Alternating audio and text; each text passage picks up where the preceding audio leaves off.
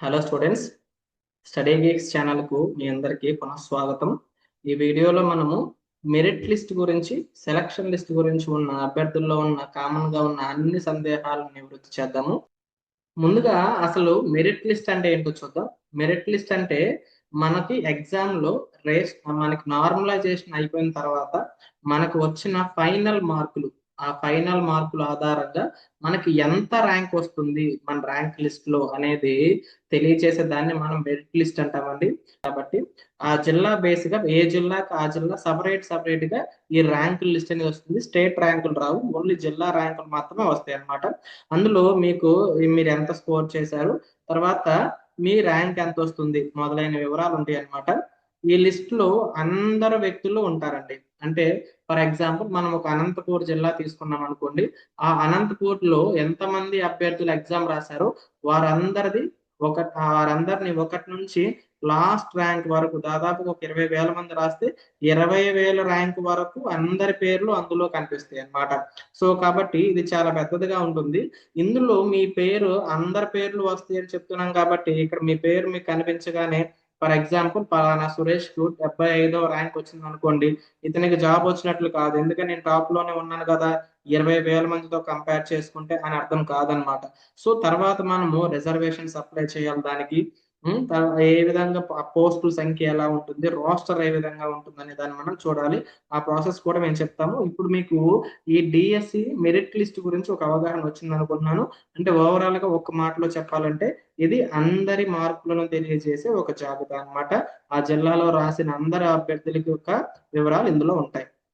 ఇది 2018 డిఎస్సిలో అనంతపూర్ జిల్లా ఉంది కదండి, నేను నెట్ లోంచి దీన్ని డౌన్లోడ్ చేశాను.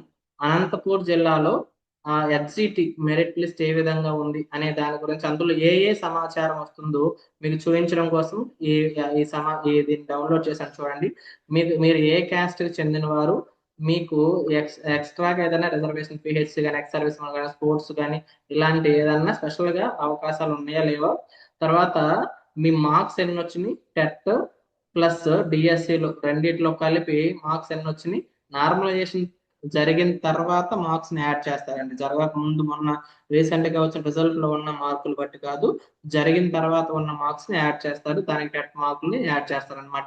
అప్పుడు ఆ మిగతా అభ్యర్థులందరినీ ర్యాంక్ వైజ్ గా అలాట్ చేస్తారనమాట. సో ఈ విధంగా వచ్చిన దాన్ని మనము మెరిట్ లిస్ట్ అంటాము. ఇక్కడ చూసారంటే మీరు అందరి అభ్యర్థుల యొక్క వివరాలు ఉంటాయండి. ఇక్కడ చూడండి, దాదాపుగా 18,149 మంది డిఎస్సి అభ్యర్థులు ఉన్నారు ఆ సంవత్సరం 2018 డిఎస్సి రాసిన వాళ్ళు. సో వారందరి ర్యాంకులు సీరియల్ వైజ్ గా మనకి ఇక్కడ ఇవ్వడం జరిగింది అనమాట. సో దీనిని మనం ఏమని పిలుస్తాం, మెరిట్ లిస్ట్ అని పిలుస్తాము. మెరిట్ వైజ్ గా అందరి వివరాలు ఉంటాయి కాబట్టి. నెక్స్ట్ మనము సెలక్షన్ లిస్ట్ గురించి చూడాలి. ఈ సెలక్షన్ లిస్ట్ అంటే ఇంతకు ముందు మనం చూపించిన అందరు అభ్యర్థుల్లో నుంచి క్యాస్ట్ వైజ్ గా, తర్వాత ఆ పోస్టుల సంఖ్య, రోస్టర్ ఎన్ని పోస్టులు కేటాయించారో ఆ పోస్టుల సంఖ్య ఆధారంగా అన్ని క్యాస్టుల వారికి అవకాశం కల్పిస్తూ ఫైనల్ గా ఎంపిక చేసుకున్న కొంతమంది అభ్యర్థులు ఉంటారు కదా, సో దానిని మనము సెలక్షన్ లిస్ట్ అంటాము. ఈ సెలక్షన్ లిస్ట్ లో గనక మీ పేరు వచ్చింది అనుకోండి, మీకు ఖచ్చితంగా జాబ్ వచ్చినట్లే, మీ సర్టిఫికేట్స్ వెరిఫికేషన్ కి వెళ్ళవలసి ఉంటుంది అనమాట. ఈ సెలక్షన్ లిస్ట్ అనేది మనకి సర్టిఫికేట్ వెరిఫికేషన్ కి ఒక రోజు ముందు లేదా 2 రోజుల ముందు మాత్రమే ప్రకటించే అవకాశం ఉంటుంది కాబట్టి, సో మెరిట్ లిస్ట్ లో కొంచెం టాప్ ర్యాంక్ సాధించిన అభ్యర్థులందరూ మీ సర్టిఫికేట్స్ ని అటెస్టేషన్ తో సహా రెడీ చేసి ఉంచుకోవడం మంచిది. ఏ ఏ సర్టిఫికేట్స్ కావాలనేది మనం ఇంతకు ముందే ఒక వీడియోలో చెప్పాము. ఆ వీడియో లింక్ మనకి డిస్క్రిప్షన్ లో ఇస్తాము, ఒకసారి చెక్ చేయండి. లేదా మన ఛానల్ మీద టచ్ చేస్తే ఆటోమేటిక్ ఆ వీడియో మీకు ఓపెన్ అవుతుంది. ఈ సెలక్షన్ లిస్ట్ అనేది మనకి రిజర్వేషన్ ప్రకారము, రోస్టర్ ప్రకారము ఏ జిల్లాలో ఎన్ని పోస్టులు ఉన్నాయి వాటి సంఖ్య ఆధారంగా రూపొందించబడింది కాబట్టి ఇందులో చాలా తక్కువ మంది అభ్యర్థులు, సెలెక్ట్ అయిన అభ్యర్థులు మాత్రమే ఉంటారు. ఇందులో సర్టిఫికేట్స్ వెరిఫికేషన్ లో ఎవరికైనా సర్టిఫికేట్స్ లో ఏదైనా తేడా ఉంటే తప్ప ఇందులో సెలెక్ట్ అయిన వారందరికీ జాబ్ వచ్చే అవకాశం ఉంటుంది అనమాట. ఫైనల్ గా మనకి పోస్ట్ ఎవరికి ఇవ్వాలనేది సెలక్షన్ లిస్ట్ బట్టి మనకి డిసైడ్ అవుతుంది. ఈ సెలక్షన్ లిస్ట్ ప్రకారమే మనకి ఫైనల్లో మీకు జాబ్ వచ్చిన తర్వాత కూడా మీకు ప్రమోషన్స్ అనేవి ఇదే ఆర్డర్ లో మళ్ళీ ఇవ్వబడతాయి అన్నమాట. సో కాబట్టి దీన్ని రోస్టర్ కమ్ మెరిట్ లిస్ట్ అంటారు దీన్ని. ఇప్పుడు మనము సెలక్షన్ లిస్ట్ లోకి ఏ విధంగా సెలెక్ట్ చేసుకుంటారో అనే దాని గురించి చూద్దామండి. దీని గురించి క్లియర్ గా ఉండే విధంగా ఒక వీడియో ఇంతకు ముందు మనం చేసాము, రోస్టర్ లిస్ట్ లోంచి ఎలా సెలెక్ట్ చేసుకుంటారు అనే దాని గురించి. సో ఫర్ ఎగ్జాంపుల్ అక్కడ మనం అనంతపూర్ జిల్లాని ఎగ్జాంపుల్ గా తీసుకుని చెప్పాము. కానీ ఆ వీడియో చూసిన తర్వాత చాలా మంది కామెంట్స్ లో వాళ్ళ అభిప్రాయాలను చెప్పారనమాట. సో దాన్ని చూసిన తర్వాత ఆ కామెంట్స్ ని ఇంకా మీకు ఇంకా క్లారిటీ అవసరమేమో, ఇంకా కొంత కన్ఫ్యూజన్ లో ఉన్నారేమో అనిపించింది. సో అవేంటో ఒకసారి నేను ఇక్కడ ఈ వీడియోలో మెన్షన్ చేసే ప్రయత్నం చేస్తాను చూడండి. అంటే ఫర్ ఎగ్జాంపుల్ ఎలా సెలక్షన్ లిస్ట్ లో సెలెక్ట్ చేసుకుంటారంటే, ఒక ఒక జిల్లా, సమ్ ఎక్స్ అనే ఒక జిల్లా ఉందనుకోండి. ఆ ఎక్స్ లో ఓసీ కేటగిరీ పోస్టులు, ఒక క్యాస్ట్ కూడా తీసుకుంటున్నాను. ఫర్ ఎగ్జాంపుల్ బీసీఏ కేటగిరీ పోస్టులు ఎన్ని ఉన్నాయో ఫర్ ఎగ్జాంపుల్ ఒక నెంబర్ ఇస్తున్నాను నేను మీకు. ఓసీ కేటగిరీలో ఓపెన్ లో ఒక 10 పోస్టులు ఉన్నాయి అనుకోండి. అంటే ఇవి నాన్ లోకల్ వారికి, లోకల్ వారికి ఇద్దరికి ఈ ఛాన్స్ ఉంటుంది అనమాట. తర్వాత కేవలం లోకల్ అభ్యర్థులకు మాత్రమే అవకాశం ఉండే విధంగా కొన్ని పోస్టులు ఉంటాయి కదా, అవి ఇక్కడ ఒక 40 పోస్టులు ఉన్నాయి అనుకుందాం. అంటే ఇక్కడ ఓసీ కేటగిరీలో మొత్తం 50 పోస్టులు ఉన్నాయి. ఈ 10 పోస్టులకి నాన్ లోకల్ వారికి కూడా అవకాశం ఉంటుంది. ఈ 40 పోస్టులకి కేవలం లోకల్ వారికి మాత్రమే అవకాశం ఉంటుంది. ఇది ఓపెన్ కేటగిరీలో. బీసీఏ కేటగిరీలో కూడా ఇలా ఓపెన్, లోకల్ రెండు ఉంటాయి. ఒక కేటగిరీలో బీసీఏ అనే కేటగిరీలో ఒక 2 పోస్టులు ఓపెన్ లో ఉన్నాయి అనుకుందాం. అంటే నాన్ లోకల్ వారికి కూడా ఇక్కడ అవకాశం ఉంది. ఇంకొక 8 పోస్టులు కేవలం లోకల్ అభ్యర్థులకు మాత్రమే అవకాశం ఉంది అనుకుందాం. సో ఇది క్యాస్ట్ అన్నమాట. క్యాస్ట్, ఒక క్యాస్ట్ తీసుకున్నాను, ఒక ఓపెన్ కేటగిరీ కూడా తీసుకున్నాను. ఇప్పుడు నేను మీకు కొన్ని కండిషన్స్ చెప్తాను చూడండి ఏ విధంగా ఉంటుంది. ఫస్ట్ ఏ విధంగా నింపుతారంటే, ఓపెన్ కేటగిరీలో ఉన్న ఓపెన్ పోస్టులు నింపుతారు. అంటే ఓపెన్ లో ఉన్న ఓసీ పోస్టులను టాప్ 10 ర్యాంకులు మెరిట్ లిస్ట్ లో ఉంచి 1 నుంచి 10 వరకు ఉన్న 10 ర్యాంకుల అభ్యర్థులు, వాళ్ళు ఏ క్యాస్ట్ అని చూడరు, వాళ్ళు లోకలా నాన్ లోకలా అని చూడరు, ఎవరుంటే వారందరినీ తీసుకుంటారు. నాన్ లోకల్ అభ్యర్థులు ఉన్నా కూడా వాళ్ళని ఇక్కడ సెలెక్ట్ చేసుకుంటారు, 10 మందిని తీసుకుంటారు. సో ఈ 10 మంది అయిపోయిన తర్వాత, అంటే 1 నుంచి 10 ర్యాంకులు ఇప్పుడు కంప్లీట్ అయిపోయాయి కదండి. ఈ 10 ర్యాంకులు అయిపోయిన తర్వాత ఈ 10 మందిని సెలెక్ట్ అయిపోయినట్లుగా భావించి వీళ్ళని రిమూవ్ చేసేయాలి మనం ఆ మెరిట్ లిస్ట్ లోంచి. టాప్ 10 ర్యాంక్స్ అయిపోయినాయి. ఆ తర్వాత నెక్స్ట్ ఏం చేస్తారు అంటే, క్యాస్ట్ లో ఉన్న ఓపెన్ నింపుతారని చాలా మంది అభ్యర్థులు మనకు కామెంట్ చేస్తూ ఉన్నారు. ఇది ఒకప్పుడు ఉండే ప్రాసెస్ అండి, ఇప్పుడు అలా లేదు. దీని వల్ల కలుగుతున్న నష్టం ఏంటో, ఎందుకని ఆ సిస్టమ్ తీసేస్తారో ఒకసారి క్లియర్ గా చెప్తాను చూడండి. ఫర్ ఎగ్జాంపుల్ ఒక బీసీఏ అభ్యర్థి, అదే జిల్లాకు చెందిన లోకల్ అభ్యర్థి ఉన్నాడు అనుకోండి, బీసీఏ అభ్యర్థి. సో ఇతనికి 11వ ర్యాంక్ వచ్చింది అనుకోండి. యాక్చువల్ గా ఇతను ఏమవ్వాలి, ఈ 10 ఓపెన్ పోస్టులు అవగానే నెక్స్ట్ ఏది ఫిల్ చేస్తారంటే, ఓపెన్ లో ఉన్న లోకల్ పోస్టులు ఫిల్ చేస్తారు. అంటే ఇతను 11వ ర్యాంక్ సాధించి మంచి ర్యాంక్ పొందాడు కదా, ఇతను ఓపెన్ కేటగిరీలో సెలెక్ట్ అవ్వాలి. అలా కాకుండా ముందు ఓపెన్ పోస్టులు నింపితే ఏమవుతుందంటే, ఇతను బీసీఏ కేటగిరీలో ఫస్ట్ వ్యక్తి అవుతాడు. అవునా? ఎందుకని ఇక్కడ ఓసీ కేటగిరీలో ఉన్న ఓపెన్ పోస్టులు 10 అయిపోయినాయి కదా, మరి కేటగిరీకి వచ్చేస్తారు కదా ఇతను, మరి ఓపెన్ ఫస్ట్ నింపితే. దీని వల్ల కలిగే నష్టం ఏంటి అంటే, ఇప్పుడు ఒక ఇద్దరు వ్యక్తులు 11, 12 ర్యాంక్ పొందిన వ్యక్తులు బీసీఏ అభ్యర్థులే అనుకోండి. వీళ్ళిద్దరిని ఓపెన్ లో సెలెక్ట్ చేస్తాం అనుకోండి. ఇప్పుడు 13వ ర్యాంక్ పొందిన బీసీఏ అభ్యర్థి మళ్ళీ ఎక్కడికి వెళ్తారు, ఇప్పుడు ఓపెన్ కి వెళ్తారు మళ్ళీ ఇక్కడ. ఎందుకని, బీసీఏ ఓపెన్ అయిపోయింది, ఓసీ ఓపెన్ అయిపోయింది కదా. అప్పుడు మళ్ళీ ఏమవ్వాలి, ఓసీలో ఉన్న లోకల్ నింపాలి. ఏది మీ ప్రకారం అయితే, ఆ కామెంట్ సెక్షన్ లో కామెంట్ చేస్తున్న వారి ప్రకారం అయితే. సో ఈ ప్యాటర్న్ ఇప్పుడు లేదండి. సో దీని వల్ల ఏమవుతుంది, లోకల్ గా ఉన్న బీసీఏ అభ్యర్థులకి నష్టం జరుగుతుంది, ఆ క్యాస్ట్ లో ఉన్న వారికి. ఎందుకని, ఓపెన్ లో సెలెక్ట్ అవ్వాల్సిన వారు క్యాస్ట్ లోకి రావడం వల్ల క్యాస్ట్ లో సెలెక్ట్ అవ్వాల్సిన వారికి జాబ్ రాకుండా పోయే అవకాశం ఉంటుంది. సో దీని వల్ల నష్టం జరుగుతుందనే ఉద్దేశంతో ఇప్పుడు ఏ ప్యాటర్న్ అవలంబిస్తున్నారో ఒకసారి చెప్తాను చూడండి. ఈ 10 మంది ఓపెన్ పోస్టులు నింపిన తర్వాత 11వ ర్యాంక్ నుంచి నాన్ లోకల్ వారిని తీసేస్తారండి. 11వ ర్యాంక్ బీసీఏ అభ్యర్థి లోకల్ వ్యక్తి అనుకోండి, ఇతనికి జాబ్ వచ్చేస్తుంది. ఓపెన్ కోటాలోనే, ఓసీ కోటాలోనే వస్తుంది, కానీ లోకల్ కోటాలో వస్తుంది. ఫర్ ఎగ్జాంపుల్ 12వ ర్యాంక్ వ్యక్తి బీసీఏ అభ్యర్థి ఉన్నాడు, ఇతను నాన్ లోకల్ అనుకోండి. సో ఇతనికి ఏమైంది, ఓపెన్ లో మిస్ అయింది. ఓపెన్ లో అంటే ఓసీ కోటాలో ఉన్న ఓపెన్ లో మిస్ అయింది. ఇతన్ని వెంటనే క్యాస్ట్ కి ఫార్వర్డ్ చేస్తారండి. క్యాస్ట్ లో 2 పోస్టులు ఉన్నాయి కదా, నాన్ లోకల్ వారికి. అందులో ఈ మొదటి పోస్ట్ ని ఇతనికి ఇచ్చేస్తారు. అంటే బీసీఏ కేటగిరీలో వచ్చిన వ్యక్తి ఏమన్నా ఓపెన్ లో సెలెక్ట్ అవుతాడు, లోకల్ వ్యక్తి. 12వ ర్యాంక్ పొందిన నాన్ లోకల్ వ్యక్తి క్యాస్ట్ లోకి వెళ్ళి ఇక్కడ ఫస్ట్ పోస్ట్ ని అతను తీసుకుంటాడు అనమాట. తర్వాత 13వ వ్యక్తి కూడా 13వ ర్యాంక్ పొందిన వ్యక్తి కూడా బీసీఏ అభ్యర్థి అనుకోండి, నేను ఫర్ ఎగ్జాంపుల్ చెప్తున్నాను అంతే. వ్యక్తి అనుకోండి, ఇతను కూడా నాన్ లోకల్ అనుకోండి, ఇతను కూడా వెంటనే క్యాస్ట్ లోకి వెళ్ళి రెండో పోస్ట్ రిజర్వ్ అయి ఉంది కదా, 2 పోస్టులు ఛాన్స్ ఉంది కదా, 12వ ర్యాంక్ 13వ ర్యాంక్ పొందిన వాళ్ళు కూడా వీళ్ళు ఇక్కడ నాన్ లోకల్ లో ఉన్న టాప్ 2 పోస్టులను వాళ్ళు తీసుకుంటారు అనమాట. సరేనా? సో ఫర్ ఎగ్జాంపుల్ మీకు ఇంకొక కేసు చెప్తాను చూడండి. ఇదే జిల్లాలో ఓపెన్ కేటగిరీలో మొత్తం 10 + 40 పోస్టులు ఉంటే ఒక వ్యక్తికి 41వ ర్యాంక్ వచ్చిందండి. ఇతను నాన్ లోకల్ వ్యక్తి అనుకోండి, ఇతను బీసీఏ కేటగిరీ అనుకోండి. ఇప్పుడు 41వ ర్యాంక్ అంటే ఇతనికి ఓపెన్ లో వచ్చే ఛాన్స్ ఉంటుందా? నాన్ లోకల్ వ్యక్తి కాబట్టి ఈ 10 పోస్టులకి ఇతనికి ఎలిజిబిలిటీ ఉండదు. ఈ 40 పోస్టులన్నీ ఎవరి లోకల్ వ్యక్తులు కాబట్టి ఇక్కడ ఎలిజిబిలిటీ ఉండదు. సో అప్పుడు ఇతను ఏం చేస్తారంటే నాన్ లోకల్ కోటాలో ఉన్న బీసీఏ కేటగిరీకి రిజర్వ్ అయి ఉన్న 2 పోస్టులు ఉన్నాయి కదా 2+8 కి, అంటే 41వ ర్యాంక్ లో ఉన్న నాన్ లోకల్ అభ్యర్థి కూడా ఇక్కడ ఛాన్స్ ఉండే అవకాశం ఉంటుంది. ఎందుకంటే లోకల్ వారితో ఎవరితో ఇక్కడ పోటీ ఉండదు కాబట్టి. నాన్ లోకల్ అభ్యర్థికి ఇది ఒక్క అవకాశమే ఉందండి. మీకు ఏదైనా ఒక 1% మంచి జరిగే అవకాశం ఉందంటే ఇది ఒక్క అవకాశం మాత్రమే ఉంది. కానీ మీరు భయపడుతున్నట్లుగా ఓపెన్ అన్ని ఫిల్ చేసుకుంటూ వచ్చారనుకోండి, నాన్ లోకల్ అభ్యర్థికి ఒక్క పోస్ట్ కూడా మిగలదు. ఎందుకంటే లోకల్లో టాప్ ర్యాంక్ పొందే వాళ్ళు ఎవరో ఒకరు ఉంటారు.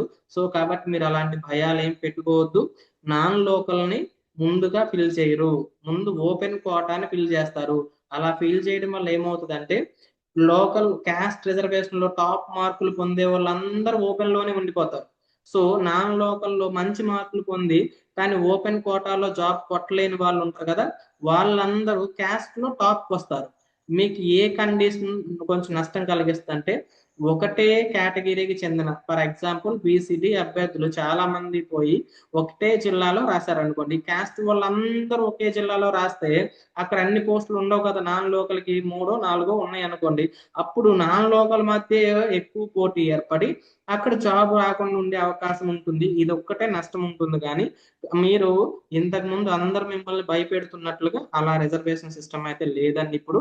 సో ఈ విషయాన్ని నేను బాగా అనాలిసిస్ చేసి 1కి 2 సార్లు నేను రీచెక్ చేసుకుని మరీ చెప్తున్నాను, కాబట్టి మీరు భయపడాల్సిన అవసరం లేదు. ఇప్పుడు మీకు ఒక క్లారిటీ వచ్చింది అనుకుంటున్నాను. ఎలా సెలెక్ట్ అవుతారు అనే దాని గురించి ఒక వీడియో క్లియర్ కట్ గా ఎలా చేస్తారని ఒక ప్రాక్టికల్ ఎగ్జాంపుల్ తీసుకుని వివరించడం జరిగింది. ఒకసారి ఆ వీడియో చూడండి, మీకు ఇంకా బాగా క్లారిటీ వస్తుంది.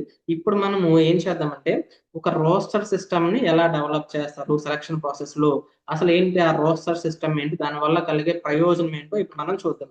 మనకి సెలక్షన్ లిస్ట్ లో టాప్ ర్యాంక్ లిస్ట్ పొందిన వాళ్ళందరూ సెలెక్ట్ అవుతారా అంటే కాదు, క్యాస్ట్ లో టాప్ ర్యాంక్ పొందిన వాళ్ళందరూ సెలెక్ట్ అవుతారు.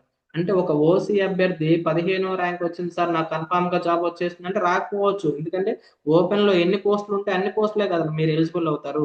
సో ఒక క్యాస్ట్ లో ఉన్న ఒక ఎస్టీ అభ్యర్థి 330వ ర్యాంక్ లో ఉన్నాడు అనుకోండి, ఇతని ముందు ఎవ్వరూ లేరు, ఇతను సెలెక్ట్ అయ్యాడు, ఇతని సెలక్షన్ లిస్ట్ లో పేరు ఉండొచ్చు ర్యాంక్ ఎక్కువ ఉన్నప్పటికీ. అంటే ఇక్కడ క్యాస్ట్ అనేది ఇక్కడ మనకి ఉపయోగపడుతుంది అనమాట.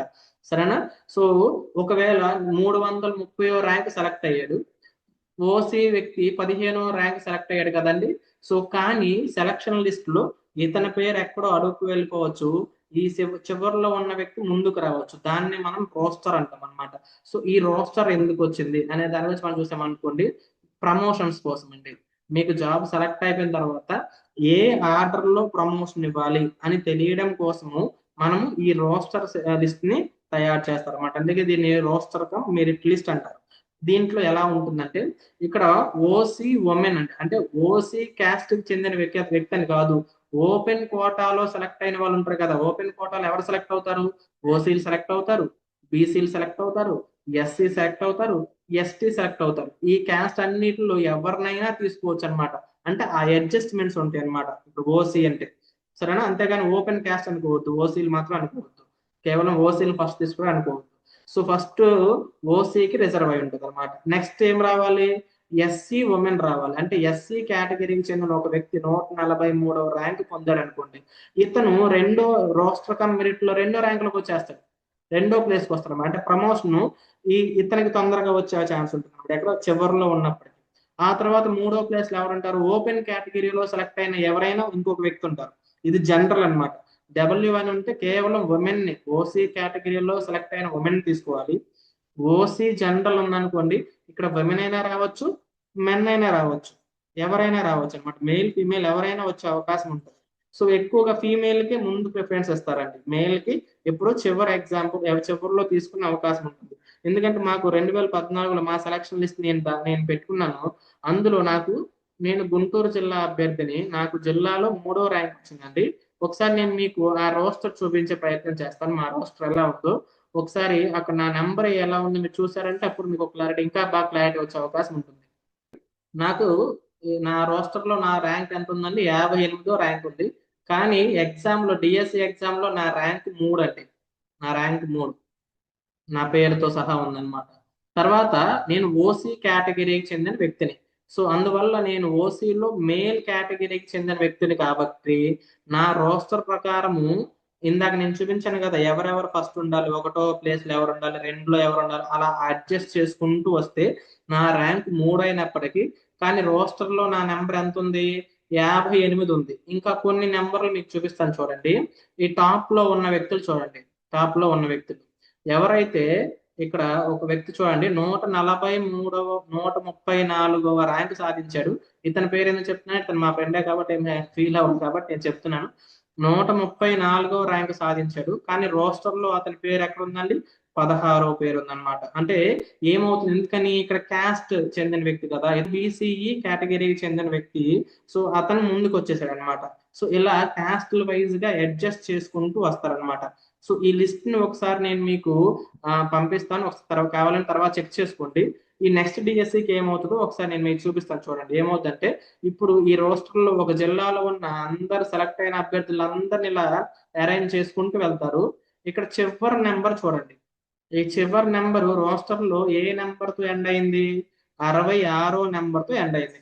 66, 66 అన్నమాట.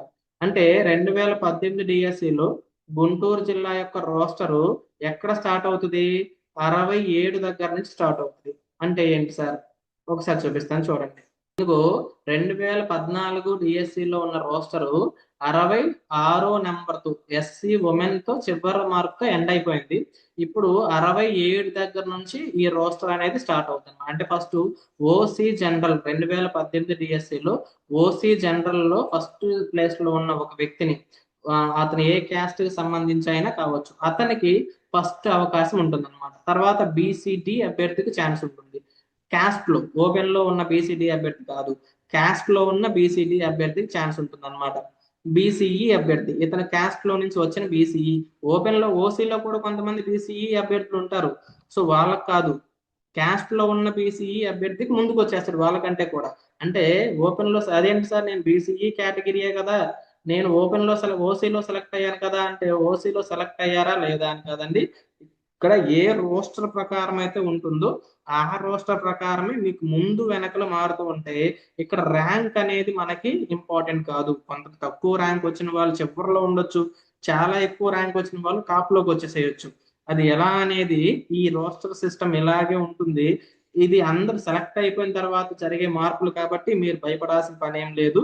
ఇది రోస్టర్ ప్రకారం ఏ విధంగా అరేంజ్ చేస్తారు, అసలు రోస్టర్ అంటే ఏంటి, రోస్టర్ కమ్ మెరిట్ ఏంటి, సెలక్షన్ లిస్ట్ ఏంటని కొంతమంది కామెంట్ సెక్షన్ లో అడగడం వల్ల ఈ పాయింట్స్ కూడా మీరు తెలుసుకుని ఉంటే, ప్రతి డిఎస్సి అభ్యర్థి తెలుసుకుని ఉంటే, దీని మీద ఒక అవగాహన ఉంటే ఎలా ఉంటుందనే ప్రాసెస్ మీకు మంచిదనే ఉద్దేశంతో ఈ వివరాలను ఇప్పుడు చెప్పడం జరుగుతుంది. తర్వాత అభ్యర్థులందరికీ జిల్లా వైజ్ గా మెరిట్ లిస్ట్ వచ్చిన తర్వాత మీ పేరు సెలెక్ట్ అవుతుందా లేదా అనేది ఎలా చెక్ చేసుకోవాలో ఒకసారి చూద్దాం. మెరిట్ లిస్ట్ వచ్చిన తర్వాత మీ పేరును ఏ విధంగా చెక్ చేసుకోవాలో ఇప్పుడు మనం చూద్దాం. ఫర్ ఎగ్జాంపుల్ మీరు సమ్ ఎక్స్ జిల్లాకు చెందిన వ్యక్తి అనుకోండి. మీరు ఫర్ సమ్ SC1 కేటగిరీ అనుకోండి. SC1 కేటగిరీ లేదా SC2 కేటగిరీ, వీళ్ళు ఎక్కువ మంది ఉన్నారు కదా, SC2 కేటగిరీకి చెందిన వ్యక్తి అనుకుందాం. అనుకుంటే మీ ర్యాంక్ ఫర్ ఎగ్జాంపుల్ ఒక 125 ర్యాంక్ వచ్చింది అనుకోండి. ఇప్పుడు మీరు ఎలా చెక్ చేయాలి మీ ప్లేస్ వస్తుందా లేదా అనేది? మీకు రోస్టర్ లిస్ట్ లో ఎన్ని పోస్టులు రిజర్వ్ అయి ఉన్నాయో, మీకు ఎన్ని పోస్టులకు ఎలిజిబిలిటీ ఉందో డిస్ట్రిక్ట్ వైజ్ గా రోస్టర్ మనకి అవైలబుల్ గా ఉంది కదా.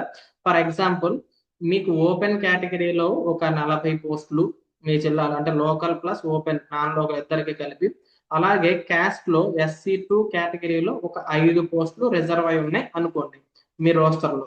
అప్పుడు మీరు ఎలా చెక్ చేసుకోవాలంటే 1 నుంచి 40వ ర్యాంక్ వరకు, అది SC వ్యక్తి అయినా, ST వ్యక్తి అయినా, BC వ్యక్తి అయినా, OC వ్యక్తి అయినా, ఆ 1 నుంచి 40వ ర్యాంక్ వరకు ఉన్న అందరినీ తీసేయండి. ఆ లిస్ట్ లో ఉన్న వీళ్ళందరూ ఓపెన్ లో సెలెక్ట్ అయిపోయి వెళ్ళిపోతారు అనమాట. సో ఆ తర్వాత నుంచి 41వ ర్యాంక్ నుంచి మీకు 125 కదా, మీకంటే ముందు ఎవరు ఉంటారు, 124 ర్యాంకు లోపు కనుక నలుగురు, మీరు 5వ వ్యక్తి అవ్వాలంటే మీకంటే నలుగురు వ్యక్తులు ముందు ఉండాలి, మీరు 5వ వ్యక్తి అవ్వాలి. లేదా మీరు ఫస్ట్ వ్యక్తి అవ్వచ్చు, సెకండ్ వ్యక్తి కూడా అవ్వచ్చు. కానీ మీకంటే ముందు 4 కంటే ఎక్కువ మంది ఉండకూడదు. అట్లీస్ట్ 5గురు సెలెక్ట్ అయిపోయినా కానీ ఇంకా మీకు అక్కడికి ఛాన్స్ ఉండదు కదా. సో కాబట్టి మీకు SC2 కేటగిరీకి చెందిన వ్యక్తులు మీ రాసిన జిల్లాలో ఈ ఓపెన్ కోటా పూర్తయిపోయిన తర్వాత ఎంతమంది వ్యక్తులు ఉన్నారు అనేది మీరు కౌంట్ చేసుకోండి. సో ఒకవేళ నలుగురు వ్యక్తులు ఉన్నారనుకోండి, మీరు 5వ వ్యక్తి అనుకోండి, మీకు జాబ్ వచ్చేస్తుంది. లేదు మీకంటే ముందు ఒక 3 వ్యక్తులు ఉన్నారనుకోండి, మీరు 4వ వ్యక్తి అవుతారు కాబట్టి మీకు అప్పుడు జాబ్ వస్తుంది. మీకంటే ముందు 5గురు వ్యక్తులు ఉండి మీరు 6వ వ్యక్తి అయితే మాత్రం మీకు జాబ్ రాదు. ఇలా మీకు చెందిన క్యాస్ట్ ని దృష్టిలో ఉంచుకొని ఈ క్యాస్ట్ రిజర్వేషన్ చెక్ చేసుకోవాలన్నమాట. దాన్ని చెక్ చేసే ముందు ఏం చేయాలి, ఓపెన్ లో ఉన్న లోకల్ ప్లస్ నాన్ లోకల్ పోస్టులు, ఆ రోస్టర్ లో నాన్ లోకల్ వారికి ఒక 10 ఉన్నాయి అనుకోండి, లోకల్ వారికి ఒక 30 ఉన్నాయి అనుకోండి, ఈ రెండు కలిపి అంతా 40 ర్యాంకులు ఉంటాయి కదా, ఈ 40 ర్యాంకులను తీసేయండి. సరేనా? అప్పుడు మీకు సుమారుగా తెలుస్తుంది. ఇందులో కొంతమంది నాన్ లోకల్ వాళ్ళు కూడా ఉంటారు. అది ఎలా ఏంటనేది మేము డిస్ట్రిక్ట్ వైజ్ గా మేము కూడా అనాలిసిస్ చేసి పెడతాం మీ జిల్లాని. సో కానీ మీరు ప్రైమరీగా సెలెక్ట్ చేసుకునే మోడల్ అనమాట. అంటే మరీ డీప్ గా అర్థం కాలేని వాళ్ళకి, నాన్ లోకల్ వాళ్ళని ఎలిమినేట్ చేసి చూసుకోలేని వారికి కనీసం ఇది చూసుకోండి. మీకంటే ముందు ఓపెన్ లో ఉన్న ఎంతమంది నెంబర్ ఉంటే ఆ నెంబర్ మొత్తం తీసేయండి. తర్వాత అక్కడి నుంచి మీరు మీ క్యాస్ట్ ఏదైతే వాళ్ళ వారికే చూసుకోండి. ఎందుకని మెరిట్ లిస్ట్ లో క్యాస్ట్ కూడా ఇస్తాడనమాట. సో అప్పుడు మీకు జాబ్ వస్తుందా లేదా అనేది ఒక క్లారిటీ వచ్చేదే అవకాశం ఉంటుంది. అలాగే మేము కూడా డిస్ట్రిక్ట్ వైజ్ గా మెరిట్ లిస్ట్ వచ్చిన తర్వాత ఎవరెవరికి ఏ ర్యాంక్ పొందిన వారికి ఏ ఛాన్సెస్ ఉంటుంది అనే దాని గురించి కొంచెం డీటెయిల్ గా ఉండే విధంగా ఒక వీడియో చేస్తాము మెరిట్ లిస్ట్ వచ్చిన వెంటనే. ఇంకా మీకు ఏదైనా విషయం పట్ల సమాచారాన్ని సేకరించాలని కానీ తెలుసుకోవాలని కానీ అనిపిస్తూ ఉంటే తప్పకుండా కామెంట్ సెక్షన్ లో మెన్షన్ చేయండి. ఈ సెలక్షన్ లిస్ట్ మరియు మెరిట్ లిస్ట్ గురించి మీకు అన్ని పాయింట్స్ కవర్ అయ్యాయని అనుకుంటున్నాను. ఒకవేళ మీకు ఇంకేదైనా డౌట్స్ ఉంటే తప్పకుండా కామెంట్ సెక్షన్ లో అడగండి. కామెంట్ సెక్షన్ లో రిప్లై ఇవ్వడానికి ట్రై చేస్తాము. ఒకవేళ మేమే ఏదైనా ఎక్కువ పాయింట్స్ కనుక వదిలేస్తే వాటన్నిటిని కవర్ చేస్తూ ఇంకొక వీడియో తీయడానికి ప్రయత్నం చేస్తాము. సో మళ్ళీ నెక్స్ట్ వీడియోలో కలుద్దాం. అంతవరకు గుడ్ బై, జై హింద్.